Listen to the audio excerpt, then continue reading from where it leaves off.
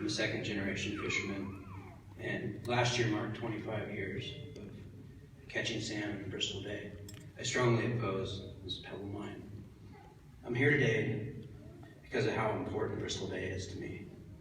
It's important to me, it's important to my family, and I think it's important to the future generations. We've got a great renewable resource here. Those minerals will stay in the ground, and until we can prove we can get them on the ground safely, I think they should stay there.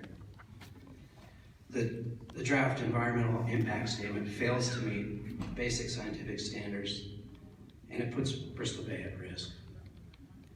The no action alternative, which means no mine, is the only way to protect this amazing renewable resource. I'm urgently asking for your help.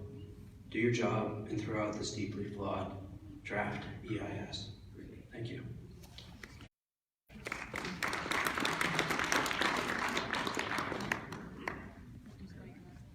Number 40, followed by 41.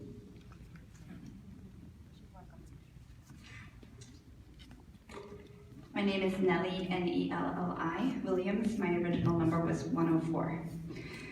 I am testifying today as a mother, an avid angler, an Alaska resident, and the director of Trout Unlimited's Alaska program, representing thousands of anglers and businesses across the state. As you've likely felt, we're in the heat of the Pebble Mine conversation, and if you haven't been around for a while, I just want to point out two things. Pebble Mine is extremely different than any other mine in Alaska. It is many times larger than all the other hard rock mines in Alaska put together, and the location is simply horrible. This conversation comes up 15 years of false promises by the Pebble Partnership and many other hearings such as this. To those of us who have been watching this for a while, Pebble's new path forward, the proposal sitting before you today, is just one more round of false promises. And the draft environmental impact statement is completely inadequate at assessing the risks to Bristol Bay and is enabling a British Columbian company to advance their profiteering. The entire EIS is built on a false foundation. It ignores the fact that expansion is certain. We can't let Pebble pull the wool over our eyes on this. Pebble does not deny the fact that this expansion will occur. In fact, just 7 days after the release of the draft EIS, Northern Dynasty Minerals, Pebble's sole financial backer, was asked at a conference, do you think the scope will expand? And Mr. Thiessen's response was, well, I think that's the whole purpose, to gain social license. Right now, Pebble's application is to mine 1.4 billion tons. We know the deposit is 11 million tons, and we know that Pebble has 415 square miles of claims in the area. If you only look at what Pebble wants you to look at, it's a disservice to Alaskans. It's like a bank robber breaking into the bank, walking up to the vault and saying, nah, I'm good. We can't let this happen here. Bristol Bay is world-class by nearly every standard. It deserves the highest standards of public input, and unfortunately right now we have a reckless plan that's completely inadequate, both from public review and scientific process. I urge you to go back to the drawing board and ensure the full scope of values and the risks to Bristol Bay are laid out fully in the draft EIS. Last night, my 4-year-old daughter and I were talking about the hearing today, and I said, we need a superhero to come in and save the salmon. And she said enthusiastically, Mama, everyday people can save the salmon too. Please don't enable the villain here. Everybody in this room who showed up time and time again against this, they are the heroes for our state and for our home. With the information currently in the draft EIS, the only reasonable, responsible decision right now is to deny Pebble's permit and take no actions to advance this irresponsible idea. Anything else is a disservice to Alaskan. Thank you for your time.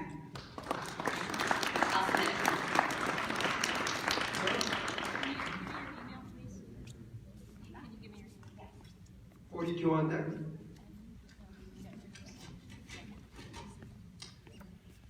Hello, my name is Jim Campbell, Campbell.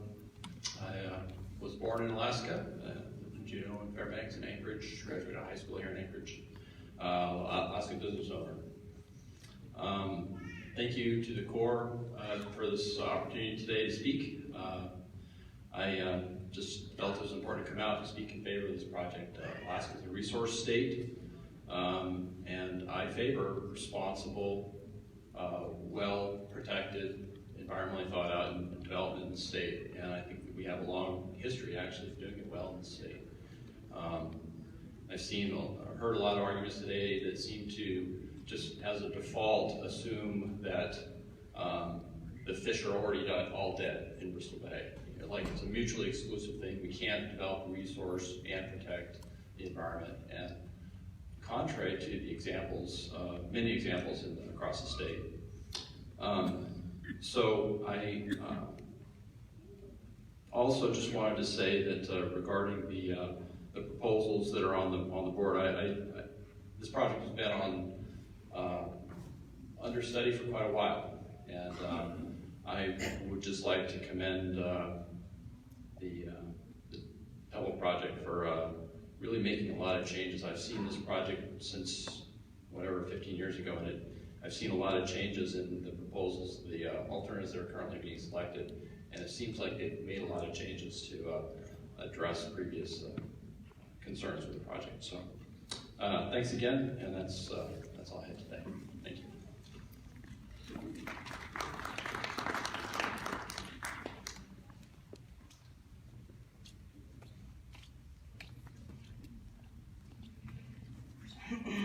Okay, I'll try to get this done in 3 minutes. My name is Margie Olympic, born in Dillingham, raised in Koliginik on the Nishigack River. I have been living in New Haven, Alaska for the past 17 years on Lake Iliamna. My husband and I have 3 children, and I have 1 granddaughter. I was raised on a commercial fishing boat in Dillingham every summer. Back in the day, we used to make enough money to haul groceries, purchase heating fuel, propane, buy 4-wheelers and snow machines. Fishing used to support us the entire winter. Nowadays, fishing can only buy a few groceries or just to catch up on bills that are a few months behind. My husband continues to commercial fish every year in Naknek, which I know that he will never give up because it's in his blood. Even at the end of the season, he has a big bill to pay with the cannery. With growing up on a subsistence lifestyle, fishing is a part of our life. It is a part of who we are. I take pride from where I come from and what I was taught growing up, but I also know the value of having a job and supporting my family at this age. Fishing does not and could not support me and my family 12 months out of the year. I have been working for Pebble since 2006, 13 years. I am very grateful that I have a job, that I could put food on the table, pay bills, have a private insurance, get what my kids need and want, and enjoy a car, a 4-wheeler, snow machine, new furniture, and the best part is I don't have to get up and leave my community, my kids to go look for work. I can stay home and live.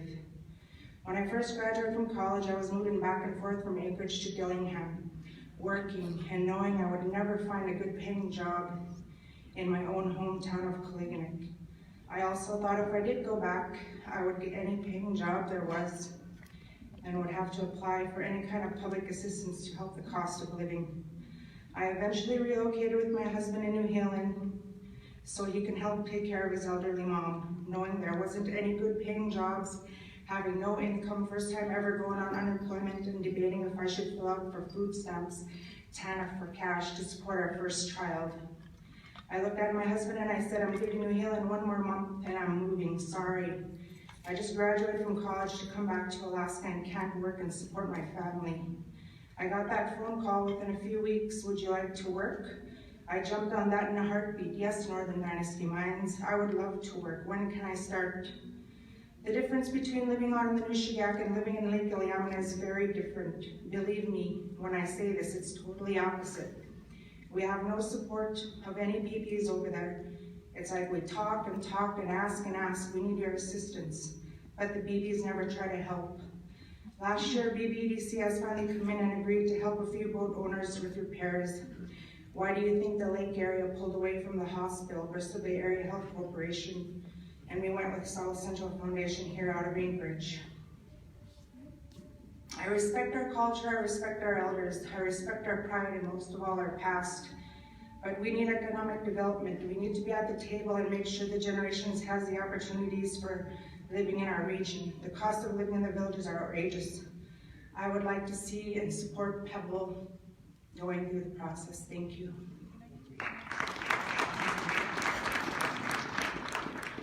Forty-three with 44 on deck.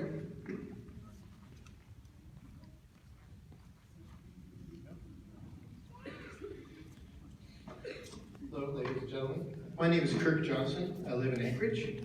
I have lived seasonally in Kamishek Bay, a few miles from the proposed Pebble Mine Port Terminal at Amakdori Beach for 5 years. And I've continued to visit this area each and every summer over the last 37 years. I think I know a little bit about that country. I know this area intimately, and I'm shocked and stunned that people are still pushing for industrial development in the wildest, windiest, and one of the most geologically unpredictable areas of the state. I have witnessed and been in winds in excess of 100 miles an hour in the summer. It's even worse in the winter. There is no possible way that any ships can safely operate year-round on this wild coastline. It is a fallacy, I promise you. I've been there. Ships will be wrecked, laden with ore and fuel, and spilled on or near the shores of our national parks. You can plan on it. As a geologist, I'm appalled that anyone or any industry would propose such a dangerous thing as an open pit mine with its associated wastewater challenges, roads, terminals, dam risks, in a region that is in the middle of a fault zone, that is mere miles from at least 3 recently active volcanoes. Think Drift River Terminal and the Lahar that almost took it out a few years ago. It is not a question of if a dam will fail and leak, for history tells us, in the best of locales, in the best of circumstances, the dam will leak. The question is it worth jeopardizing health and economic well-being, the most productive commercial red salmon fishery on the planet? I think we all know that answer should be an emphatic no. As a pilot, I can clearly see from the air the corridor of wildlife movement between Lake Iliamna, the ocean, and the 2 national parks on the east and west.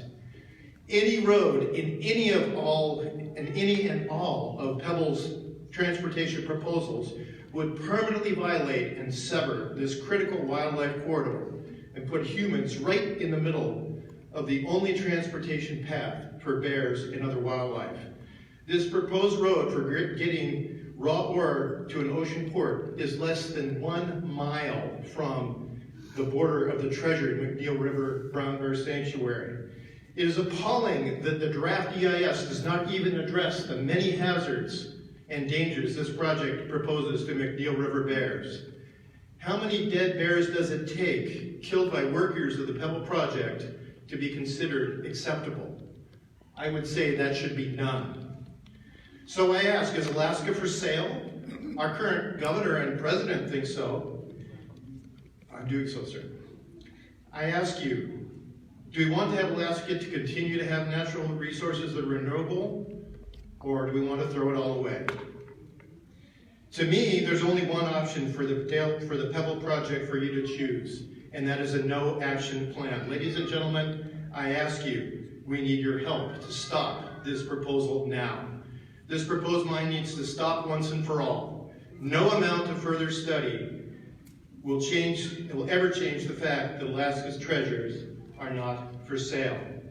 The renewable nature of how the lands are being used currently will keep it forever, if we and you don't let it allow to be sold off and ruined. Let's not continue to destroy this remarkable planet. It's the only one we got. Thank you.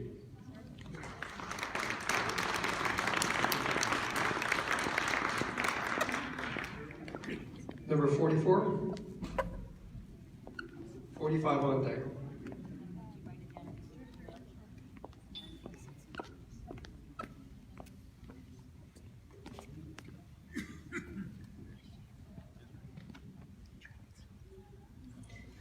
Hi, good afternoon. My name is Marliana Hall. I'm the Executive Director for the Resource Development Council for Alaska, otherwise known as RDC. I placed a copy there.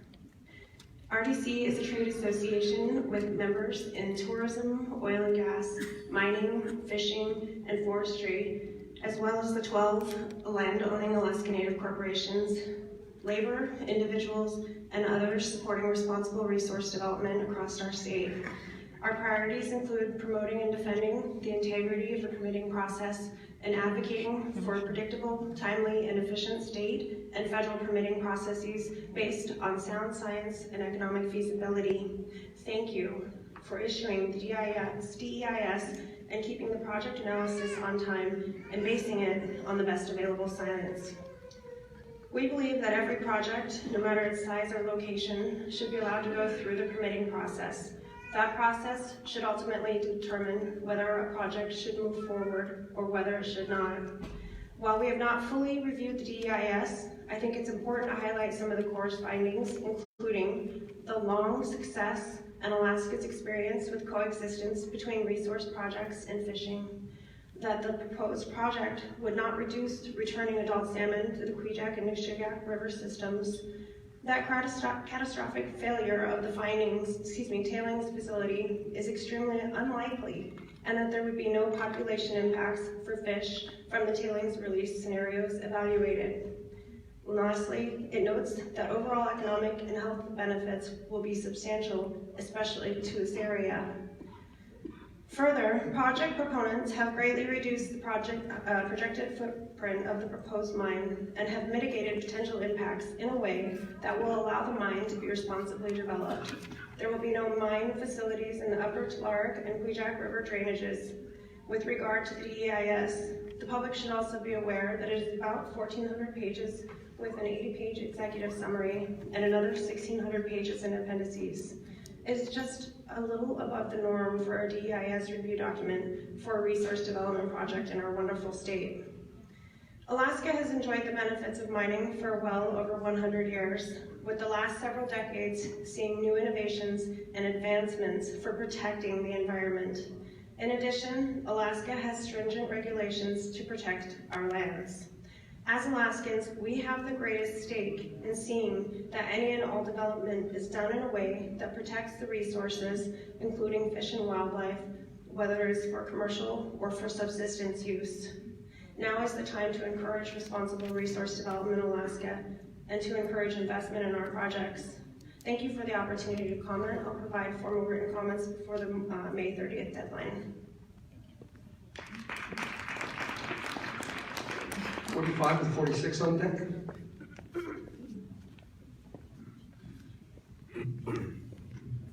Representatives of the Army Corps of Engineers, my name is Larry Barsukoff, B-A-R-S-U-K-O-F-F.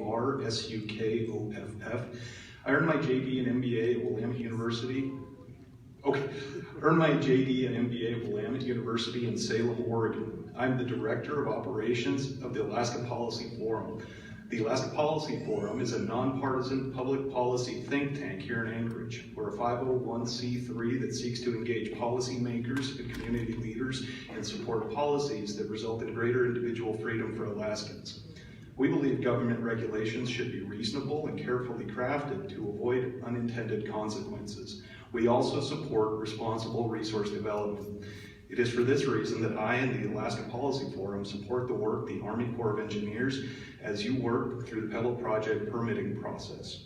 This process should show that this project is not creating a binary choice. It is not a question of fish or a mine. It is a matter of whether a mine can be designed, constructed, operated, and mitigated in a manner that does not create a risk unacceptable to the environment. My understanding of the draft EIS is that a safe design and plan of operation is possible. If studies show this to be likely true, the permitting process should continue to its conclusion. Alaska is a resource-rich state. We have, however, not diversified our resource economy and remain dependent on one main commodity, oil. This has resulted in boom and bust economies rather than predictable, stable economic growth. Further, parts of the state continue to lack basic economic infrastructure and opportunities for local residents. For Bristol Bay, fishing does provide some seasonal work, but outside of a few weeks during the summer, residents have little chance for meaningful employment. While the draft EIS is intended to measure environmental impact, the economic impact of Pebble project cannot be dismissed out of hand. Well-paying, year-round jobs have changed the lives of thousands of Alaskans in remote rural parts of the state. The residents of Bristol Bay deserve this opportunity as well. I ask that you continue working through the process in a neutral, fact-based manner that avoids emotion, hyperbole, and hypotheticals. Opponents claim nightmare scenarios and black swan events as evidence that the mine cannot be safely constructed. I suggest that no project of any kind, no matter its net overall positive benefit to any community, could be carried out if emotion and hysteria are included as evaluation factors. Certainly, Bristol Bay is a special and beautiful place. It is for this reason that the Pebble project must be carefully planned and reviewed. The standard the project must meet is very high. Companies that operate in development and extraction in Alaska have a very good record of safety and economic stewardship. The Usabelli coal mine in Healy has been a good neighbor for decades of one of the nation's most famous national parks. We have very high environmental regulations and a very long track record of safety and safe performance in other areas as well. I believe this is the standard that the Pebble project seeks to meet. It is the goal to be supported and applauded. The careful, considered process that the Army Corps of Engineers undertakes in its review of projects like these is key to meeting this goal, and I support this work. Thank you. 46 followed by 47.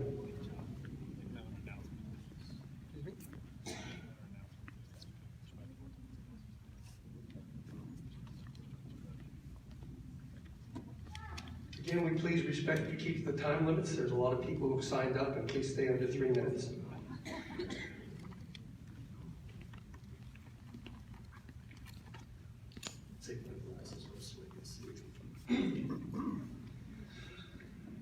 My name is David G. Brown.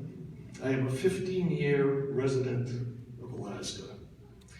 I hail from the smallest state in the Union, Rhode Island. I spent 31 years in Little Rhodey as an executive in the insurance industry. I understand business. I understand businessmen. In Alaska, my focus turned to writing and fishing. I love fish. I love to write about fish. The size of Alaska as a Rhode Islander is astounding to me. What resonates supreme is harmonica, the last frontier.